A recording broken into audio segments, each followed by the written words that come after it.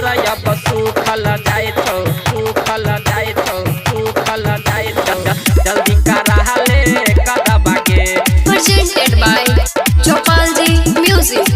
जल्दी करा ले कदबा के पंडित जी कहल कई दू चार दिन में पैर जेतै भदबा के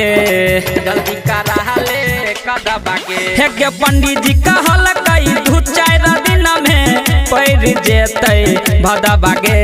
खेत तोहर अब सूखल जाए छौ सूखल जाए छौ सूखल जाए हे गे खेत तोहर अब सूखल जाए छौ जल्दी करा ले कदबा के खेत तोहर छौरी सूखल जाए छौ जल्दी करा ले कदबा के कदबा के कदबा के खेत तोहर अब सूखल जाए छौ सूखल जाए छौ जल्दी करा ले कदबा के हेगे खेत पहिले रोपाल छौरी बाद में करिहा आराम राम राम सूखा पैर जेतौ नहीं तो कनबा तू सुबह शाम शाम शाम कनबा तू सुबह सुन हेगे खेत पहिले रोपाल छौरी बाद में करिहा आराम सूखा पैर जेतौ नहीं तो कनबा तू सुबह शाम हेगे ट्रैक्टर के रास्ता रहतौ नहीं जाय के कहै छौ यदबा गे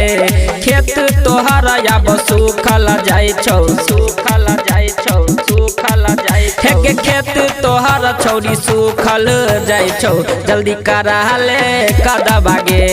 खेत तोहर छौरी सूखल जाए छौ जल्दी करा ले कदबा गे कदबा गे कदबा गे खेत तोहर अब सूखल जाए छौ सूखल जाए छौ जल्दी करा ले कदबा के हेगे बात तू मन बैगे छौरी नहीं तो खूबे पचते बैगे बाद में तू ट्रैक्टर वाला के तेल खूबे लगे बैगे तेल खूबे लगे बैगे बात तू मन बैन छौरी सुन ले खूबे पचते बैगे बाद में तू ट्रैक्टर वाला के खूबे तेल लगे बैगे हेगे अजैया केला और उमेश उजाला कह छौ छौरा मधबा गे खेत तोहर अब सूखल जाए छौ सूखल जाए छौ सूखल जाए हेगे खेत तोहर छौरी सूखल जाए छौ जल्दी करा ले कदबा गे खेत तोहर अब सूखल जाए छौ जल्दी करा ले कदबा गे पंडित जी कहल कई दू चार दिन में पैर जेतै भदबा गे खेत तोहर अब सूखल जाए छौ सूखल जाए छौ सूखल जाए हे खेत तोहर अब सूखल जाए छौ जल्दी करा ले कदबा गे खेत तोहर छौरी सूखल जाए छौ जल्दी करा ले कदबा गे